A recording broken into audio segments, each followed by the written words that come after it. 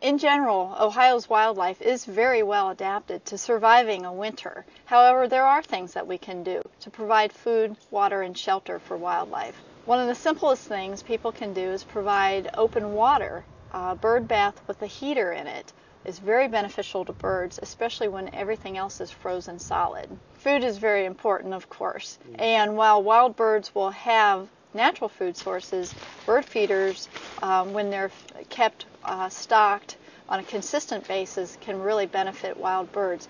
And what's important to remember is don't just fill your feeder and walk away from it. If we have any kind of snow or ice, make sure those feeders are clear, because a feeder can be completely full of seed, but if it's covered in snow and ice, the birds can't get to it.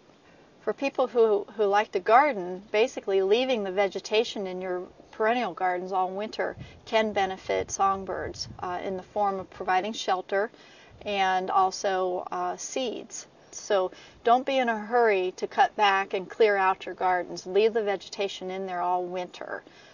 Christmas trees also, after Christmas, after the holidays, they can be put out in the yard near a bird feeder or on a brush pile to help provide a little bit of shelter for birds to get out of the elements.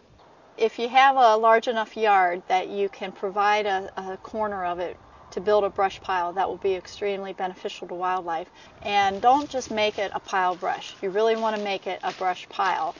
So the larger logs on the bottom, stacked in a way that they're not going to collapse, and then fill in with the smaller branches and limbs on top of that.